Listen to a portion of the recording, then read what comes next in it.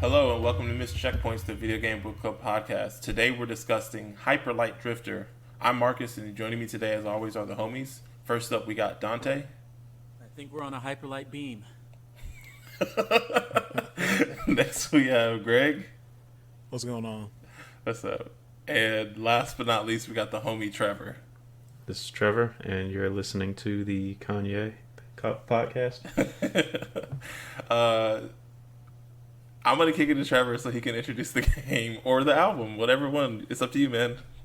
All right. So, this month we played, actually the latter half of the month of July, we started playing Hyper Light Drifter, and it is now, mid-August? So we gave it a good bit of time. But Hyper Light Drifter is an independent game that was developed by Heart Machine, an independent video game development studio that was founded by Alex Preston in 2013. And Alex, I don't think it's the government spelling of his name, but it's on the internet it's spelled ALX. Alex Preston. But the studio was founded by Preston in 2013 to support development of Hyper Light Drifter, a game that he was leading the development of during a crowdfunding campaign, and this was on Kickstarter. The name Heart Machine draws from various medical conditions related to congenital heart disease that Preston had suffered, and which were also inspirations for Hyper Light Drifter. And even during the development of Hyper Light Drifter, Alex Preston underwent heart surgery, and that's another reason why there are a lot of influences in this game from that experience that he had. And even like throughout the development, he wasn't able to attend different events and conventions to promote the game, except for I think it was like a GDC event in 2017. But Hyper Light Drifter far exceeded its crowdfunding goals, which allowed Preston to establish Heart Machine in Glitch Space, which was an open cooperative office that he had previously helped establish in Culver City, California, and it was for other independent developers. Hyper Light Drifter was later released in 2016 to generally positive reviews and received several Gaming Award nominations.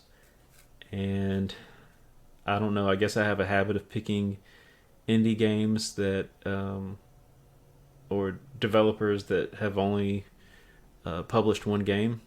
So there's not much history on this studio. Like I said, the main team was composed of Alex Preston, who is the lead designer and animator, Bo Blythe, who is the lead programmer, and Rich Vreeland, who did the musical score for the game. And the game pays homage to 8-bit and 16-bit games and is considered by its lead developer as a combination of The Legend of Zelda: Link to the Past and Diablo. And then Preston originally launched Kickstarter funding for the title for $27,000. And the game ended up being funded with more than $645,000, which went extremely, which was well funded. And then it allowed them to expand the title to different consoles with their stretch goals.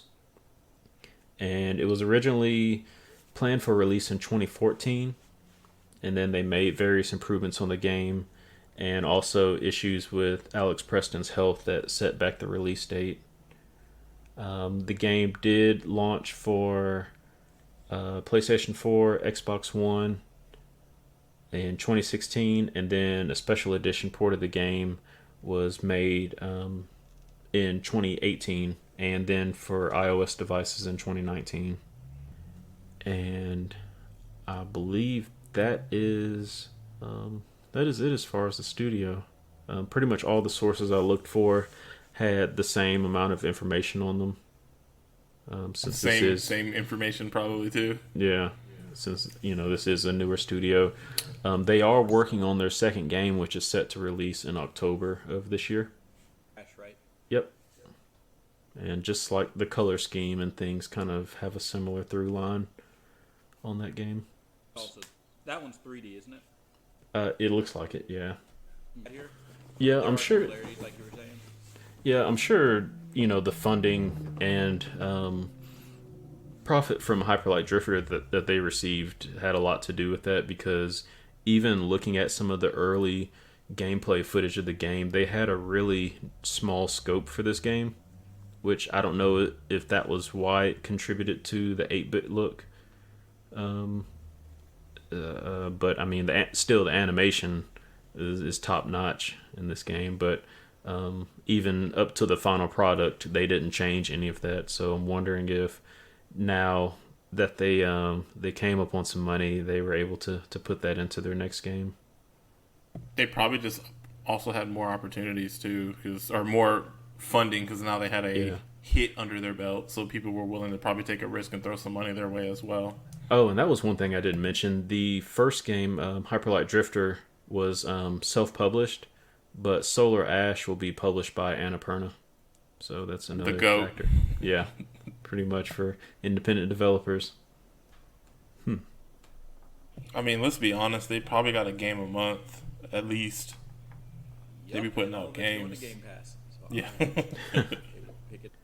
But that's it as far as the intro. I picked this game because I needed something that was a little bit more known than to pair with Raji when I put it on my list for y'all to vote for. Because I wanted y'all to be like, oh, there's something familiar. I've heard about this game, and it's gotten pretty favorable reviews. Smart. Choose that one. You've learned. Wait, Hyperlight Drifter? Trevor chose everything like. Nah, I don't. I'm pulling up. Let me just check the receipts, because I just was gonna say in I think that was comparison. Greg that said that. Yeah, I feel like I had put it on the list at one point, but Derailed. But yeah, I'm pretty sure most of the games on the list that this game was on were. I'm pretty sure y'all had to do some Googling. Probably. He always has Child of Light. Let's be honest. I wanted y'all to I was Google like, we've that all one heard too. that one plenty of times. I wanted y'all to Google that one too, just so y'all know what y'all were missing out on. Trevor's like, I want you all to play this game that I really enjoy, so if you could just finally vote for it, I would really appreciate it. I mean, if y'all want to knock out games on my backlog, we can always do that. It's cool. But I It's a don't. bonus game, and I've got a ton of 3 and 4 hour games for bonus games. If y'all are ready, just let me know. keep them things on me. Oh, the poll is no longer available, so I can't see what your choices were. Oh yeah. Rip. Actually, wait, no, I think it was Yes, Your Grace, Assassin's Creed Freedom Cry, Child of Light, Hyperlight Drifter. Does that sound right? I think I've put those games on a list before. I don't think they were. No, they couldn't have been that list. Okay, well, never mind. That had to have been an older list. Let's get into the game. Yeah. So what all did y'all play it on? I played on PC. Thanks, Dante. yeah, I use a controller. yeah, I played on PC as well. Well, I guess I was the only one who played it on Switch then. Finally, he's dying to get a Switch game. I'm playing everything on Switch if it's available. Have fun. This thing has come in handy. I was also traveling, so when I was traveling, I played Raji, but yeah, Hyperlight Drifter was on Switch, so I went on ahead and got it on there. So, where do we want to start with Hyperlight Drifter? Y'all want to go into? I guess we should kind of lay out the gameplay. Go ahead. So, it's a 2D action role-playing game. It's pretty much in the style of Zelda, at least the 2D Zelda games. And there is a ton of, or let me see. I'm trying not to go too much into the story, like as far as like how you get there, but you have I mean, there are a couple of not necessarily RPG elements, but you can upgrade your weapons. You can get a few new weapons to use throughout the game, but essentially you are hacking and slashing. Or was I the only one playing that way? I was very calculated, so you were the only one. Okay. Well, let's see. I'm trying to. Some of my notes were cut off. What did you? You said you were like hack and slash. How did you play, Dante? I was primarily sword. Maybe hacked a couple things. Yeah, I think for the most part it was. I guess I tried to do like a round, but you get some more ability. It might help if we Yeah. basic controls. Yeah, so pretty much you have two types of attacks when you first start off. You can use your sword, which is essentially a lightsaber. And what do you use for that? Y to attack, and eventually you can upgrade it by holding Y, and that'll do like basically the same move as Link and Zelda, like a spinning strike. That's if you upgrade it. Yeah. Yeah. Then you also have a gun, like Dante and Greg said, where you can use the left trigger to aim, or you can just kind of free aim by moving towards the direction that you want to shoot. And you start off with a pistol, and then you can get, I guess, the equivalent of like a shotgun, what do you call it, a rail gun. It's not a rocket launcher, maybe like a grenade launcher, but you don't. Go ahead. I was gonna say I think it was a grenade launcher, and then did you say the revolver too? Yeah. And none of these guns use ammo, which is one of the cool things about the game. You refill or recharge the weapon. You recharge your ranged weapons by hitting things with your sword. So if you destroy objects or hit enemies with your sword, it'll recharge your ranged weapon in order to give you more shots. And you can also upgrade each of the guns to give you more shots. Another piece of equipment that you can upgrade is you get a grenade. I don't think I ever messed with those. Did y'all? I did. Yeah. Man, y'all must have been. You already know. All right. You already know. So you get grenades, and then you can also upgrade your mobility. So you can get like a dash. Well, you already have a dash. You just have the ability Right. to link multiple dashes. And then, so that's pretty much your standard setup as far as combat. They also. I guess one thing I wanted to. I don't know if it's tech. It's definitely isometric, 2D isometric, like a traditional Zelda game. So it's not like the dash over, I guess, screen based. A Link to the Past dungeon would be one screen and then an exit point. And then as you travel throughout the game, in order to get those upgrades to your weapons, you find batteries. Basically, this entire game is like you're in an apocalyptic world, I guess. So everything is kind of, it's a little dystopian, futuristic type atmosphere. So there's a lot of technology, but you have to find batteries, and that is what, once you combine, 4 batteries, that gives you an ability point that you can use to buy upgrades. And this game has an amazing way of hiding collectibles and batteries and keys and things like that. I know Marcus and I were talking about that at one point. That was my favorite part about the game, is just the exploration and kind of light platforming, but it was just kind of like, just imagine like you are seeing secrets, basically. Like there's little rooms that you can kind of see, but you're like, how do I get to this room? Well, you have to figure out how to get into the room, or like, oh, like there's a platform that I see on the edge of the screen right here. Let me try to get to this platform. Oh, and then you may be rewarded with, getting one of these batteries, like he said. And so I'm willing to bet that we all were vastly different levels, because I focused heavily on finding the batteries. So I had a lot of upgrades for my character, which isn't completely necessary. Like, you can play the game and beat it without upgrading your character at all. But yeah, we were probably all at vastly different levels, or have different skills when it was all said and done. But yeah, that was. Did you guys like the collecting the batteries part, or was it like a slog for y'all trying to find them? Nah, I mean, I don't think I wait for him. I guess I did do a little bit exploring, but I wouldn't like explicitly always looking for him. It was just kind of like, oh, I'm trying to look for one of these beats. I'm looking for those, and in the process of that, I'm like, oh, that's cool. But yeah, I mean, yeah, I was pretty much insane. Yeah, I would go out of my way.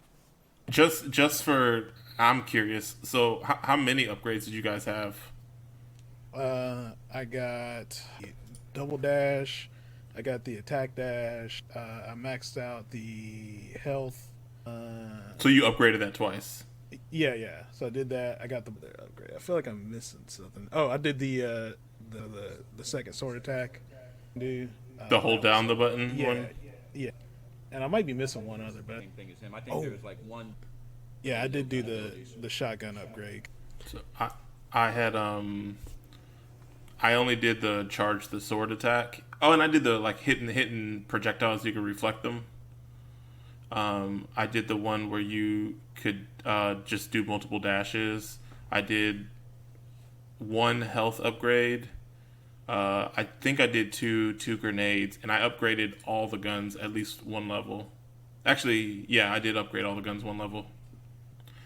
I just cycled them because, like, I was using the guns. I was using the pistol and the shotgun for the majority of the game, and when it came to bosses, depending on the boss, I would switch from the pistol to another gun. Just because it did more damage, and so at the end of the game I was using the revolver and the shotgun, but I did really like the railgun too. But yeah, I think my two favorites were the revolver and the shotgun, just because the shotgun did so much damage on a boss if you got up close to them. Yeah, I did not get that many upgrades at all. I probably upgraded my attacks. I think I got 2 attacks, 2 dash upgrades. I did not get the bombs. I think I upgraded my health once, and then I upgraded the pistol once. And then by the time I beat the game, I still had 3 ability points left to upgrade something, but I didn't use them because I was trying to make sure I didn't need to use them, because that was one thing I didn't like about the upgrade system, was the fact that once you use those points, you can't reapply them somewhere. Because I know I was telling Marqus, like, Raji was ahead of its time.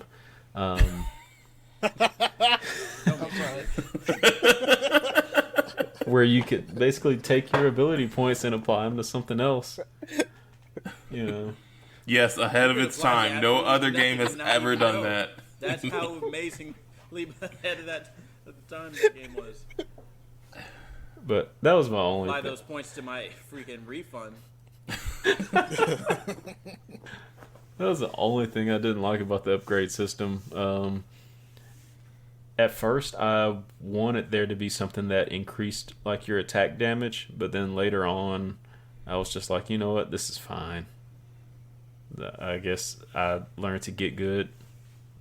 Yeah, I feel like you do enough damage, and I mean, I guess that would have been nice to like if they have like a hard mode or something like that, which I don't even know if it does. Isn't it kind of like a new game plus or boss rush you beat it? Yeah. Did you so we talked about the RPG parts. Did you talk about the walking around and everything yet? Not yet. So as everybody's already mentioned, you get a dash at some point. But once you get into the game, you start off. Do you start off in the center? I can't remember exactly where it drops you. I want to say you start in the house, right? Yeah. No, you get. Yeah, there's a cutscene, and the guy takes Yep. you to the house, or Yeah, I believe you do walk up. yeah, I'm pretty sure you do. Cause they let you. That sounds about right. Yeah, it's been so long since I played that exact part of the game. I can't remember how it started. Gotcha, but yeah, essentially there's a. So once you get to the hub world, you find yourself in the center of the map, and you have 4 directions to travel: north, south, east, and west. And I chose to go north first. Which way did everybody else have like a method to choosing which way to go? Not really. I think I just went east. Real thought behind it. Actually, I think the first time I did play this game up. You just reminded me of something. I didn't even ask if anybody else had played this game before. I didn't play it. I hadn't played it. It was a game that I had heard a lot of people mention and talk about on podcasts. So it was something that was like, oh, at some point I'll get around to playing it, and this was an opportunity for me to finally do that. So Greg, you played it before. How far did you get into it? I think like maybe, and I thought it was cool. I liked it. I mean, I really liked the aesthetic of it, the sound design. And Dante, did you finish the game? Yeah, I finished it. Coming out, do you know? 2016. Okay, then I probably played it like. So Marcus, you wanted to talk about like walking. Were you like referring to how slow the character moves and how you? No, it was just like the exploration. Like I just Okay. really, really appreciated that there was no. I really, really like what I always hear about with the first Zelda game, which is not a game that I've played per se. Like I've started it, but I haven't like played it. Is like you just are in this world, and now you just have to figure it out. And it kind of reminded me of Breath of the Wild. Breath of the Wild-esque. Yeah, yeah. And so it was just kind of like, you're in this world, you have a sword, you can dash. Now get out there and save us. And like everything is foreign. One of the things that I don't know if we've mentioned that is worth mentioning is that there is no story in the sense of like you're not getting like a wall of text.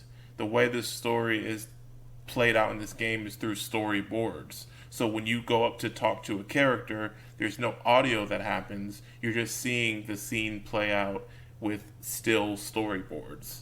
And so there's no explanation of what's going on. You see some of these recurring things going on with this Anubis-esque type of black dog. What is it, like a greyhound or something? And you see a lot of like there's a history to the place because you're seeing a lot of structures that are in disrepair and crumbled, or like, you know, just have a whole lot of overgrowth on them. You're seeing giant robots and like skeletons and things like just having all this moss and ivy just grown over it. So you know something epic or important or big has happened here, but you don't know what's going on. And then it's really cool. One of the things that I read when I was reading some of the reviews of this game that somebody pointed out is that this game is so bright and colorful, but it's set in a dystopia, and you wouldn't know if you just looked at the game. Like, you know, everything we're at the end times, and like people are like the last. At least my read on the game is people are in the like amongst the last survivors of their tribe or their specific species of creatures. And the music in this game and the aesthetic of the game is like direct contrast to what is actually happening. And that was really sick to me. Like it drew me in for sure. Yeah, that was one thing I really was interested in when I started playing this game. And you run into the characters, and like you said, Marcus, when you try to talk to them, the dialogue is all given in pictures, and they're like these really nice pixel art pictures as well. And so it kind of tells a story about their experience of how this world got to the way it is and how they ended up on that world. And then I think one thing I found, like in each of the directions, the north, you have, or each of the directions you have different species. The north is birds, south is lizards, the east is otters, and then the west is raccoons. So I thought that was kind of cool too, the way, like in the center, you see, all of the different species coming together, like in all the different vendors and other NPCs that you can talk to. Let's see. So, do y'all want me to go into the story? Like, it's very short, like just the setup of it. Sure. Or because it was meant to be pretty ambiguous. But from what I read online, let me see. Hyperlight Drifter is set in a world where scientists created an immortal cell derived from the power of the god Anubis, who is represented in the form of a jackal. This went bad, and with the cell creating an evil being dubbed Judgment, it caused an apocalyptic event that raised 4 titans, and those are the entities that you see like at the very beginning of the game. These titans were defeated at a great cost, with the scientists locking the still active cell away. And it sees the main character, who is a part of a race that roams the ruined world, uncovering old technology and knowledge, being tasked by Anubis to destroy the cell before it can raise the titans once again. And I think that's pretty much it. You all already mentioned the main character stopping to cough every now and then, like he's coughing up blood, and that is it was influenced by the main, or the developer Alex Preston, and his situation with congenital heart disease. So that, I guess, one you gave this showed. Right. It's like they were saying with the whole. They do. There's one in each area. I think it's at the beginning when like you're basically facing them, or at least what's left of them. But a lot of this stuff inferred. Mm-hmm. Right. I did want to ask: does anybody feel like I was like detracted from your enjoyment? I think it kind of detracted. Yeah, I was hoping that throughout the game you would uncover like more of these pictures and it would put together the story for you, but I don't think it necessarily did that. I think it was like either telling the same part of the story or telling parts of the story that had no continuity. Right, I'm pretty much. The thing I didn't understand the story or like get anything from it, but I got a lot of enjoyment from the game itself, so I kind of overlooked it. And when I read up, because usually what I do when we play a game is I beat it and try to have my own interpretation, and then I try to read what people that have dug deeper said about the game. And I read what people said about this game, and I was just like, I mean, I get like it just kind of like it had no bearing on my enjoyment of the game in hindsight, but in the moment I was just like, I have no idea what's going on. And it took me a little bit. It was very jarring when I started playing. I was just kind of like, okay, what do I do? But then when I realized like it was one of those games where you just kind of just go and you do whatever you feel like doing, then I was just like, okay, cool. And like I didn't really find myself really talking to people, and like it just kind of was like, well, I'm not going to get any new insight from this, so like I don't necessarily need to interact with this person. And so it kind of made I felt like in a sense it was like you truly are a drifter because you have no attachment to what is going on. You're like here, you're solving their issue, and then you're like that's kind of how it made me feel, where it's just like, I'm just here, I'm going to solve this problem, then I'm gone. And so, like, you didn't have the attachment that I feel like you would normally have in these type of games. Right. Yeah, I don't feel like it. I think I was just kind of enjoying the gameplay loop, kind of like the whole aesthetic. It really didn't bug me. It was just kind of like, oh, okay, yeah, I was like, well, I'll end up just with an explanation of this. Like, high key, not that they're the same games, but it's like, this is like Dead Cells, but without the codex and the tomes to give you more context to the world. It's like the same thing where like you can play Dead Cells and not know anything that's going on, and it doesn't really matter. But there is like a story, and there is lore, and there's history that you can read in that game. And this is like that, except for they just removed it all. Like there is a lot of be actively in, but like you go into labs and like areas you're to. And that's what I was going to mention too. Like at the beginning of the game, there's an area where you pass by like this.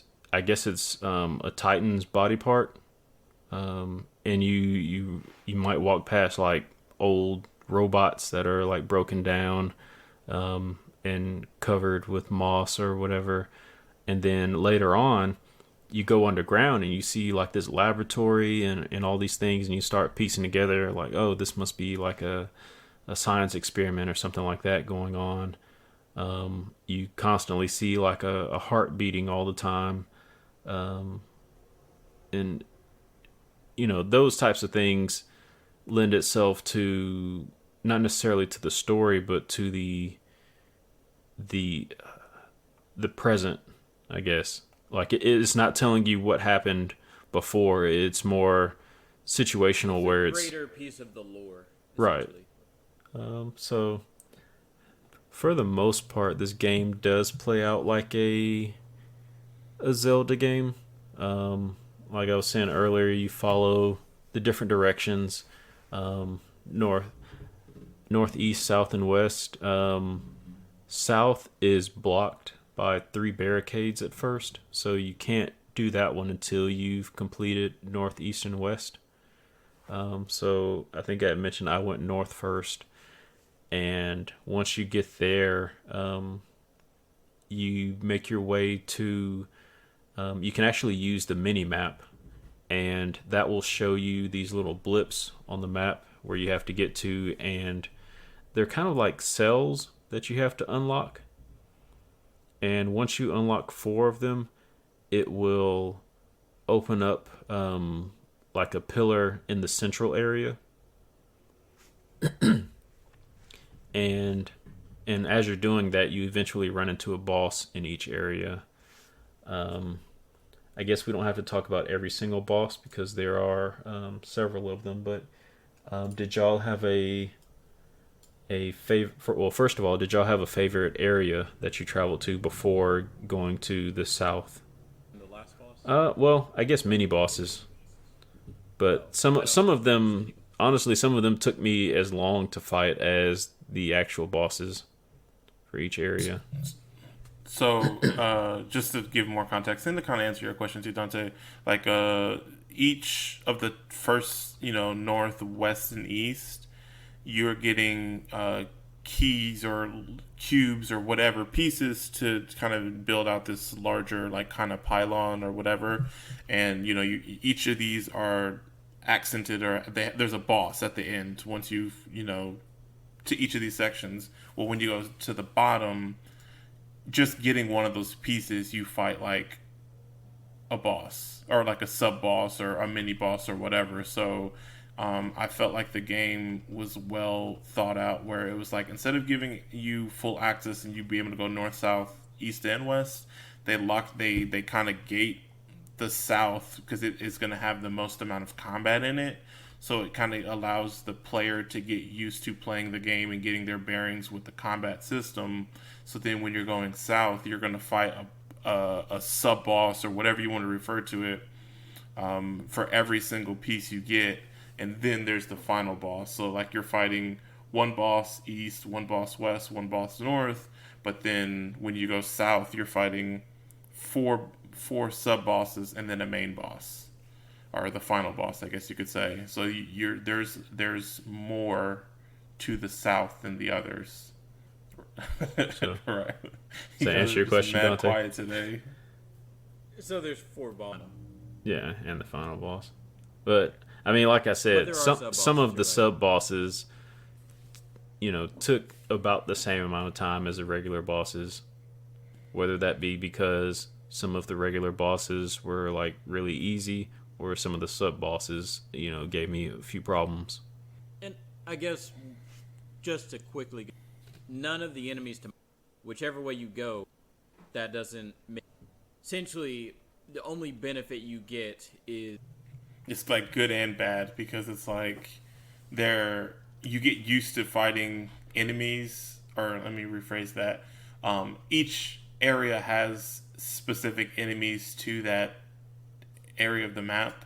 So like if you were to start north and you progress really far north, you're like fighting specific types of enemies, and like he's saying, they don't scale. So if you go east, you're fighting completely different types of enemies, and it's kind of cool because you have to learn the patterns of a lot of different enemies, or I shouldn't say a lot, but a decent amount, and the only bad thing or bad part about it is like I felt like near the end of the game they just kind of artificially ramp up the difficulty by putting you in positions where you're facing more enemies and there's more insta kill kind of spots as well. There's like a couple of I guess dungeon-esque type environments in the south part that were like these blocks, these boulders are like they move, and if you get caught by one and you get slammed against the wall, it's instant death. And they just so happen to throw that in an area where it's kind of hard to see, and they just throw a bunch of enemies at you at the same time. And so there's some cheap deaths there. But other than that, I feel like the game is pretty fair and teaches you the combat in a good way. So that way, when you're at the very end of the game, like everything should be clicking. So even though you're facing more high level enemies, you should have a good enough grasp of the combat and enough tools to be able to handle them pretty handily. Except for if you're Trevor. I didn't need those abilities. Oh, okay. To answer your question, Trevor, I think my favorite boss was probably the frog boss. I really when you went east, I really liked that one. And then I also like the mage boss, sub boss when you went south and you got one of the pieces where he was like floating and did a bunch of like AoE attacks. That boss was kind of interesting as well. I liked trying to think if it was a boss or a sub boss. I think it was a sub boss. But it's the one where you're like I think it's like a frozen area where like or not frozen, but their enemies like encased in crystal. That's to the left. Mm-hmm. Yep, that is west. And like you can kind of lead him, like, so at certain points during that boss fight, he will go up to those pillars or those crystals with enemies inside of them and release them, and then you have more ads to deal with during that fight. But if you kind of bait him to use his attack, he'll end up destroying those crystals with the enemies in them. So you can basically, make him defeat his own ads. So I thought that was one of the cooler bosses. I also like the final boss battle. Yeah, it was cool. I was trying to think of my favorite. I think it's probably one of the longer encounters. What about you, Dante? Oh, yeah. I actually thought before I found out that this game didn't scale, I thought that one was really easy just because it was the first boss that I fought. But I think it's pretty easy. I did like the character design of him, though. Yeah, I mean that was probably my favorite area too. Just it was really cool. Like as far as like the water, environment. Yeah, just messing around with that, and I had I think I had that was my. Did you guys get like I don't want to say lost but stuck, or was that just me? Only in the west. So what I mean is like, so I went and I started the game going north, and I think I got 2 or 3 pieces, but I felt like I couldn't progress any further. And I kind of, so I got stuck one time. Like, so when I did the first one, I guess I went, but when I did East first, I could only find 3 of the switches, and then for the North, I only found 2 at first, and then for round 3, and I ended up just kind of going back and just kind of looking around again and being like, well, I had to miss something. And the game does give you general areas where the switches are, but you still kind of have to figure it out, you know. Mm-hmm. So it's like you can kind of look around the area, but it may or may not actually help you, because there's a couple times where it looks like it's somewhere near where you would be, and it definitely doesn't. Just gonna throw this out. Map probably not a helpful map in a garbage. Game, sure. Garbage. Yeah. But yeah. I guess it's meant to. That's kind of what they wanted, I think. But it's just kind of like what they wanted to do.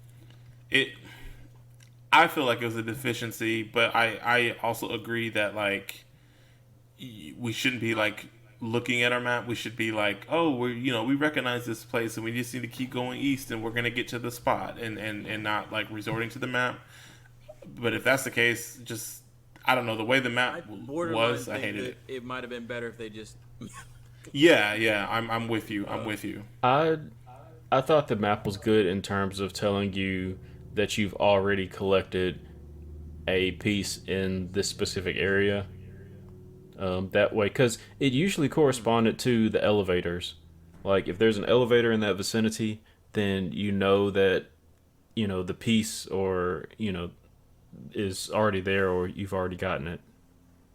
That was the way I looked at it. I didn't use it to navigate at all because, it's... You couldn't. Yeah. Yeah. Especially if you tried to do the underground map with the lines and all that. Yeah, I didn't understand that, yeah. Yeah, it didn't make any sense to me at all.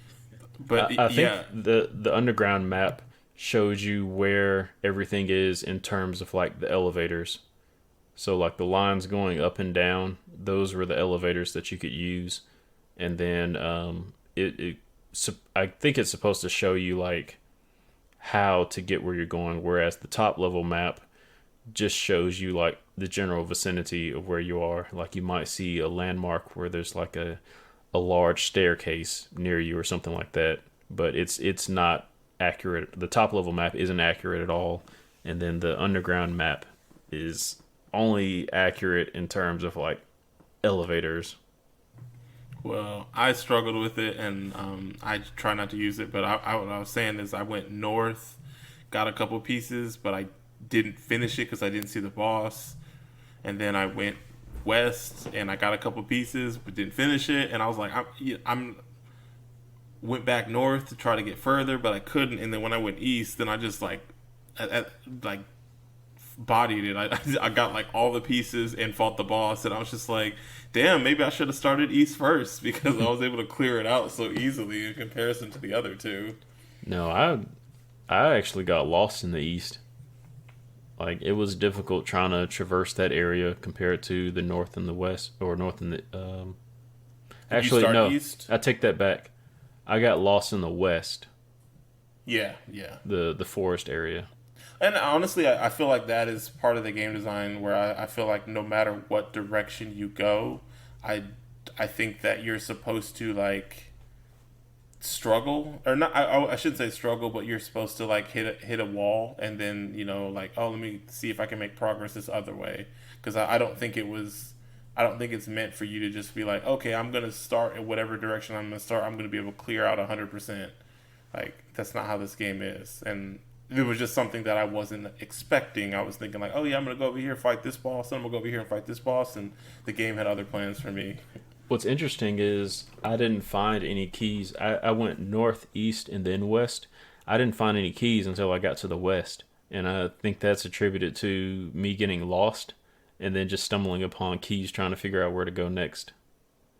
Yeah. And I ran into so many doors where there was just like, this thing requires this many keys, and I'm like, dang, I haven't even found one key, and this door requires like 15. And I mean, even still, when I beat the game, I think I beat the game with only 3 keys, and I did a ton of exploring, we talked about earlier, because I had a bunch of upgrades, and I didn't run into too many keys. So I'm just like, man, like, there's so much more to this game that I haven't seen, and thankfully there wasn't a percentage completion, because that would have driven me crazy. And it adds to the allure and the mysteriousness of the game, where I don't know how much more there is to it. But I do know that if I were to start, like, if I were to pick up this game again, I definitely, like, I would want to start with my existing versus going to a new game plus, because I would want to, like, continue along the path I had already started and trying to clear that out. Because I have to think there has to be some sort of alternate ending depending on how many keys you find, or like when you're accessing new areas that 15 door keys and 12 door keys. I have to think that, like, when you beat the boss, you're going to see something different than when you just beat it, like how the four of us did. There's like some not statues, but little look like stone things that have words on them that you find throughout. Yep. What do those do? I have no idea. Okay. like I never played Fez, but like this game made me think of, like, this is, to an extent, like, I know at Fez it was just kind of like the community was solving the game as it was released and coming out, and people like digging deeper and deeper in it. And like this game, to an extent, made me feel that way, where it's just like, I don't know what's going on and anything, and I just got to keep playing, and then maybe I'll run into it and it'll start to make sense. That's just kind of how, like, one thing I experienced this game. When I was looking up the story, one thing I saw was those pillars with text on them can actually be translated outside of the game. It's nothing that is involved inside of the game. I can't remember what they say though, but once you collect all of them, it'll show you like the text all together, because I think it's different parts of a story. But then once you find all of them, it'll piece it together for you, and then you can take that and translate it outside of the game. So, Greg, what was your question? You'll find these like pieces of stone that have like text on them that you'll find in the environment, and I was just curious what those do. There is a with all of these little certain number of them activated. But I don't think anything actually happens. So I can't answer your question. I did find the room. It's actually kind of interesting, but it had a quick access to, like, I found that thing, like the secret passage in the north. So yeah, I just shared those stones with y'all, pictures of them, like the four of them, or the ones in each area that you can find, and then what they translate to, or I guess the translation key. Crazy. While he's looking at that, I have a random question for you guys. It better not be you posted in the chat. That's all I'm just saying. Just put it in the chat. Yeah, I was just curious because we're talking about this game, but I don't know if I know how you guys feel about the game. Was there anything else in this game beyond the map that you didn't like? Not really. I think everything's good. I don't know. I could have used a little bit more variety and stuff. In the enemies, in the ability, like in the what you do. When I said that, I kind of felt bad about it, because there is a pretty good variety of enemies, but I do just have the one sword thing, and I mean, it got a little same. I could see that. Like, one of my, besides the map, I don't feel like combat was as tight as I want it to be. And just like the movement a little bit too, like the dash system, I felt like, especially later in the game when they started throwing more enemies at you, you were fighting them in closer quarters. So it kind of took away your ability to be this drifter and be able to dash around and everything. So, and I would have liked to be able to, like, be more flashy and like try to link all these kills all together and everything. And this game isn't like that. It's kind of like I almost wanted the game to be a little bit more faster paced than it was. There's a lot of really for me to care about it, because I didn't have maybe these stakes every look just like that person. So I got a little bit of that, a little interaction that I could have. That I think that would. What about you, Trevor and Greg? As far as like anything we didn't like, or Yeah, I like just the vibe I get with this episode right now is we're talking about the game, but not like we're talking around it too. Like, I said how I enjoyed the open world, and I really enjoyed the setting and the aesthetic and the environment, and I don't know what you guys like and don't like about this game right now. I feel like this game as a whole isn't like mind blowing. Like, I love the visuals. Like I'm with you. I like the setting. The gameplay is solid to me, but there's nothing groundbreaking about it. And I don't necessarily know if it needs to be groundbreaking to be a good game, though. That's the thing. But overall, I'm positive on this game. There's just yeah. I won't say but, because like I said, I think it's a good game. Yeah, I don't really have anything. I mean, outside of me being like, I mean, I guess that's just kind of how the. I mean, outside of that, it's not like, not one of my favorite games, but I appreciate it for what it was. So yeah, I mean, it's not, it's unique in some ways, I guess. Not enough where it's going to be like 5-10 years from now. And this is my second time going in.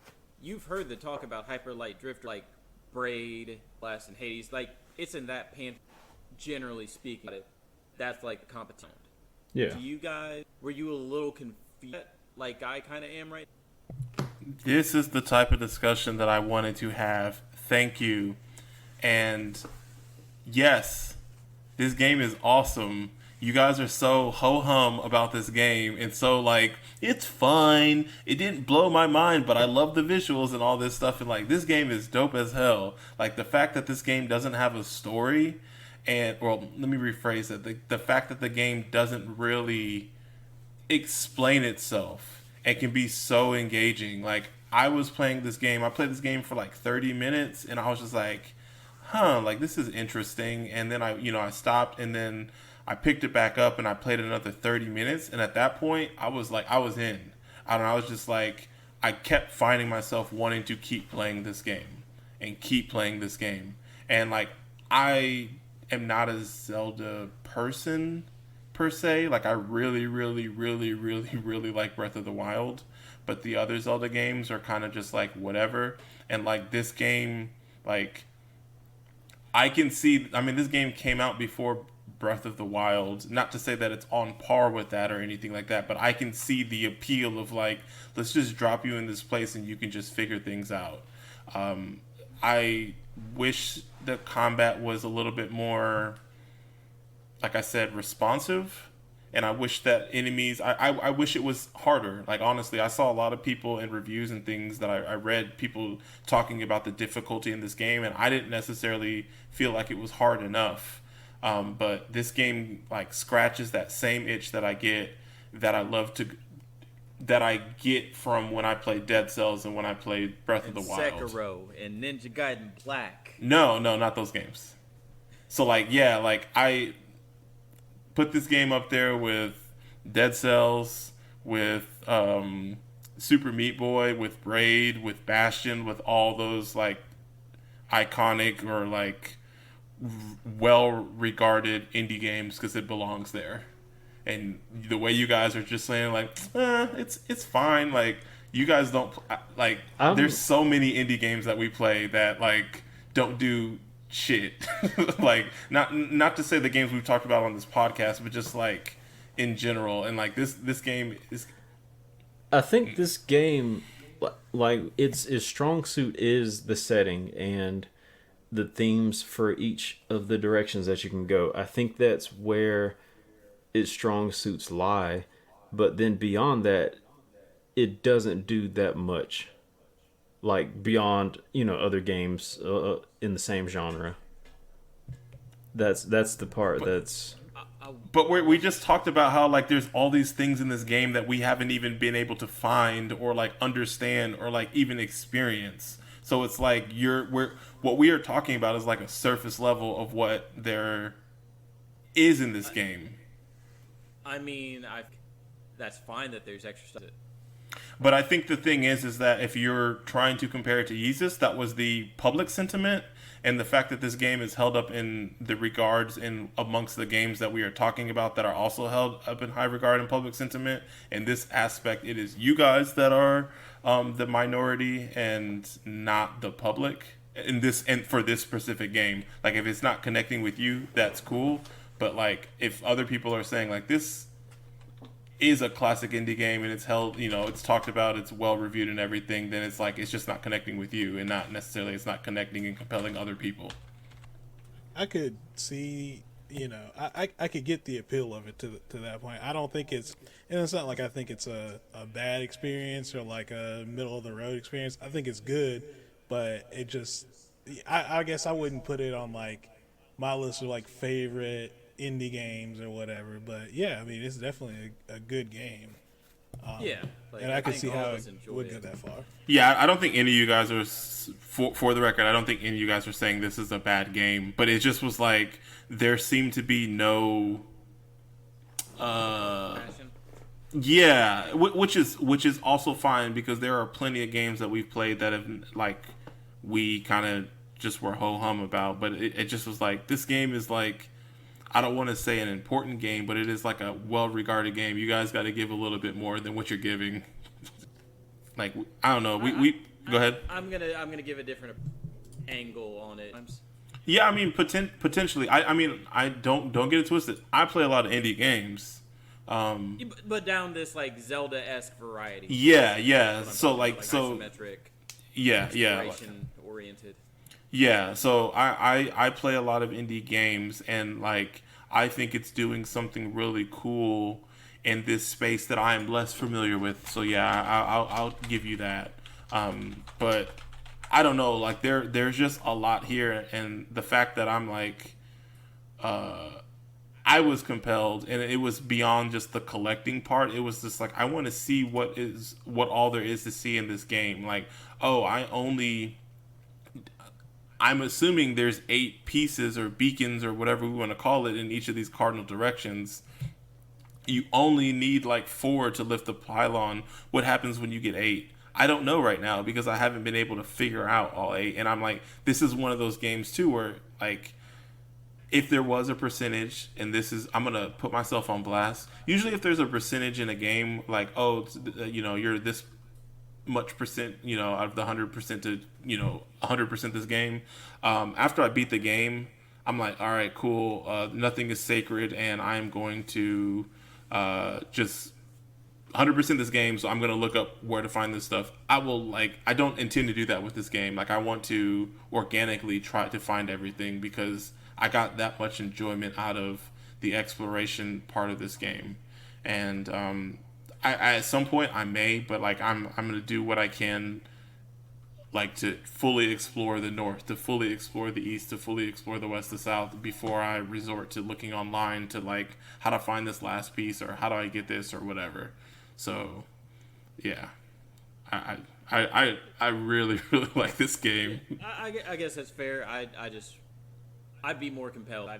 I find their depth. Yep. Whereas this one, it's more.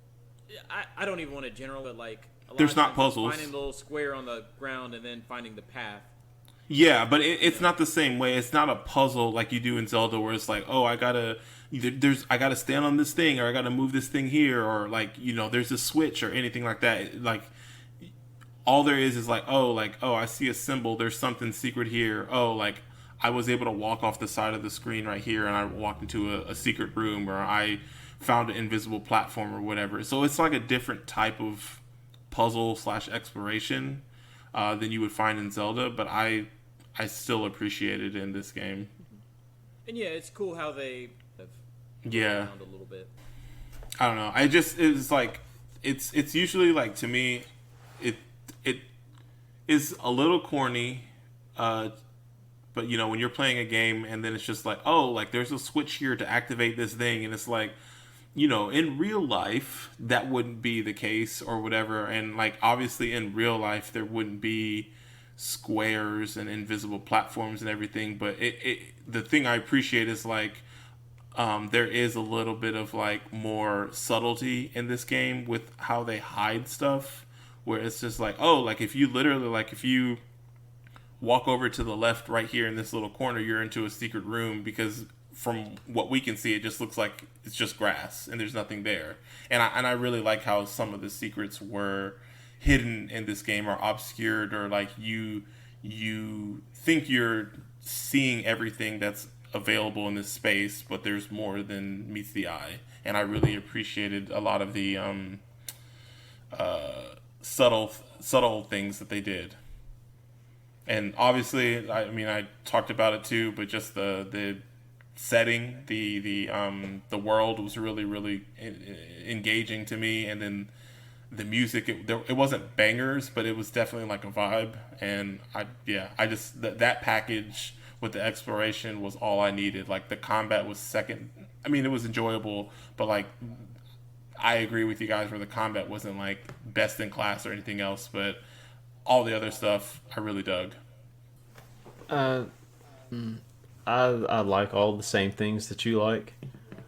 I wish they were incorporated more into the present story, the one that you're playing, because it seems like they all work to like piece together, and I don't want to keep rehashing, you know, the same thing, but it's like they all kind of piece together like what happened in the past, and it's not a complete story. It's left to be ambiguous, which is okay. You know, there's nothing wrong with that, but I wish there was more to the present story of the game.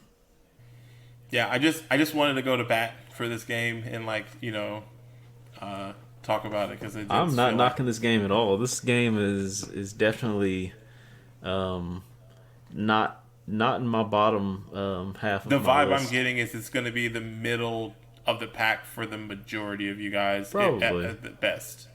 Because we play Shenmue this year, so that bottom spot is taken. Gotcha. I don't think anything is going to dethrone that one. What game is that? Well, yeah, I just wanted to you know, talk about the game a little bit more, so I appreciate the question. You had anything else, Dante? Because you guys have been answering like all my questions. I will say yes. As we have that was the part where I was just like, you guys are so whack right now. So one of the things I guess I tried to do on this episode was, before we started the discussion, I tried to like lay out, okay, here's the gameplay mechanics, and here's the gist of the story, and then we kind of started talking, and then I guess we teeter off on different things, but that was to kind of help move the discussion a little bit faster, because with Raji, we talked about all those things in depth. Because I mean, it's such a great game. Why would you not? So Raji went too long, and this game, in comparison, will have gone. I won't say too short. I think this is like a good length, but you know, it's just like, y'all were like, oh, this is fine, or, you know, I like this, or this was cool, and it's just like, dang, like... There was definitely more passion in the ride that much. Yeah. Passion and compare and contrast. So, I think Hyper Light Drifter... well, wait, do we have any more questions? I have one question. Go ahead. I know everybody's not, like, blown away by Hyper Light Drifter. I think everybody is positive about it, but would y'all look into playing Solar Ash? Just based on playing this game? As far as I can tell, Yeah. or no, they don't have anything to do with each other, but yeah, I mean, I would. Just kind of based on knowing the history of the studio, and then, you know, seeing what this game can deliver. I mean, it's the same way I felt about Subset. Like, when I played, like, not saying I like this game as much as FTL, but it was just like, I don't care what they put out next, I'm getting it. That's how I feel about... That's how I felt about Subset. go from FTL to Into the Breach, and now Into the Breach into whatever. That's how I feel right now about this game. I'm like, I don't care what the next thing they put out, I'm getting it.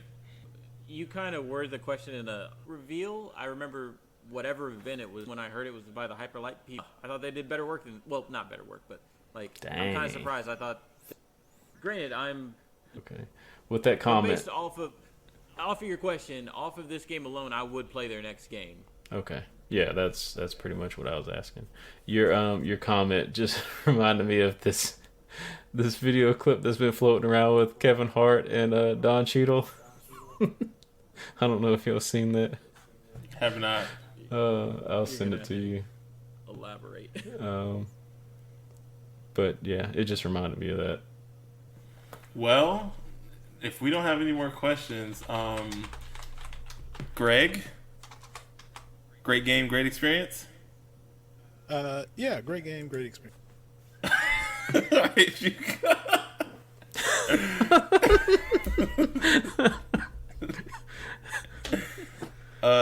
Trevor, great game, great experience. I think it was a good game, great experience.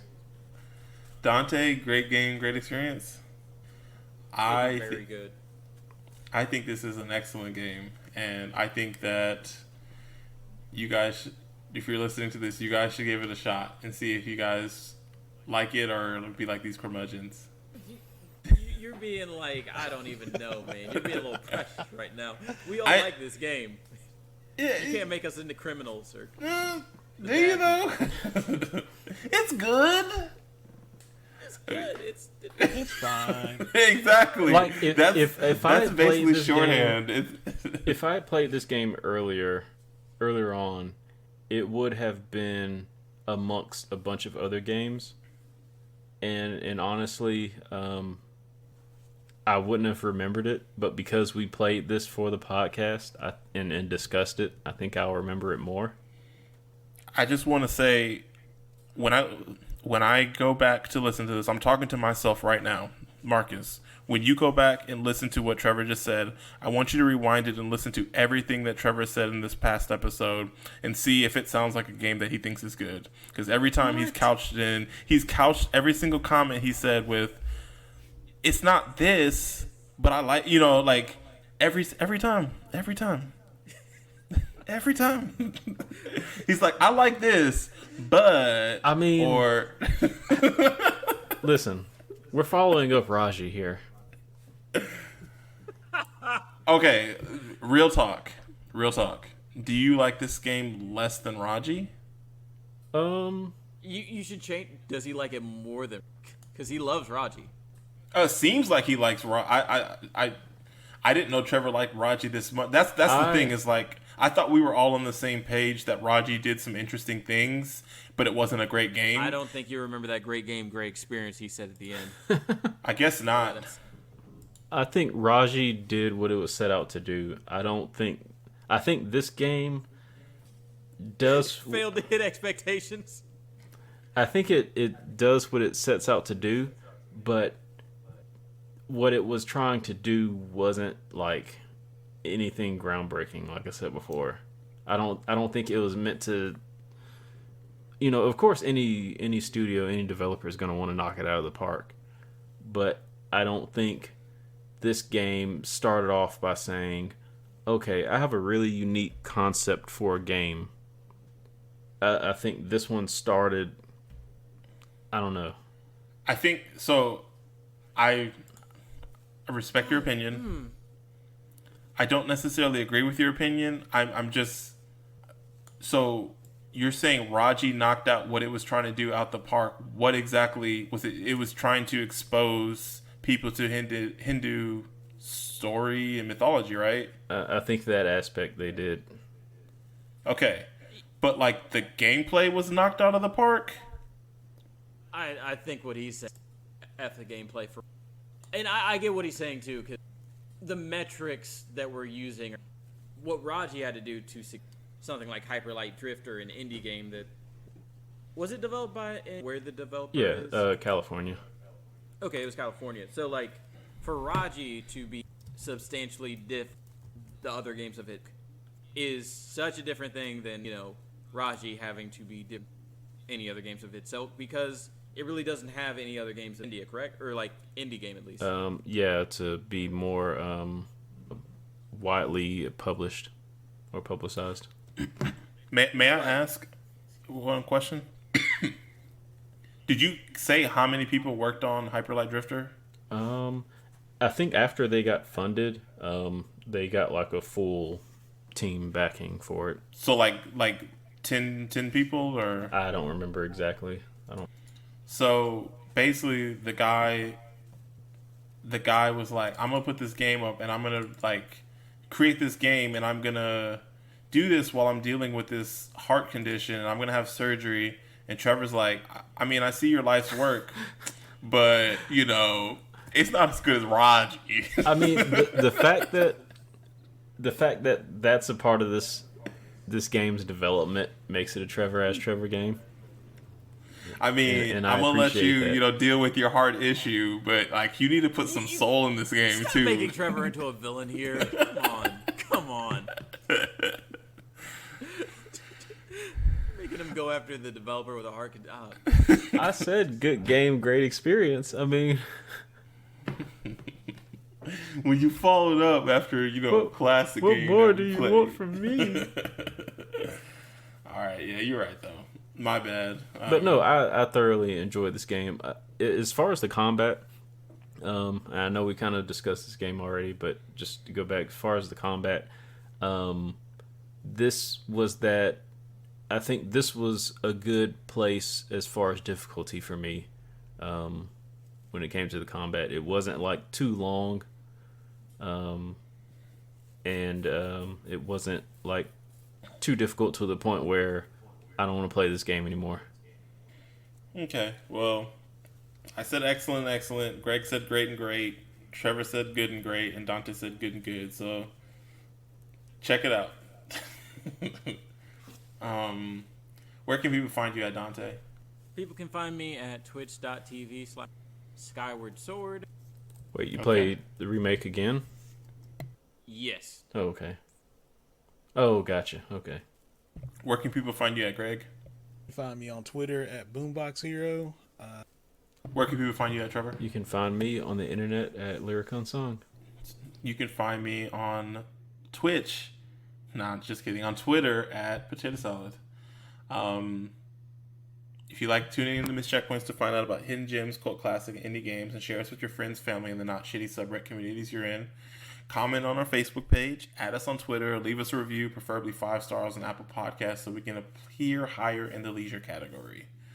So that will wrap up July, and so we'll be picking it up with this month with Beautiful Joe. It's my game. I'm very excited. It was when we first started Miss Checkpoints, this was a game that's been on my list since we first started the show, and I finally got it on the list. So I'm very, very hype about this. So, do you guys got anything else? Potential, yeah. Wait on it. With that, we're Miss Checkpoints and we're out. Peace.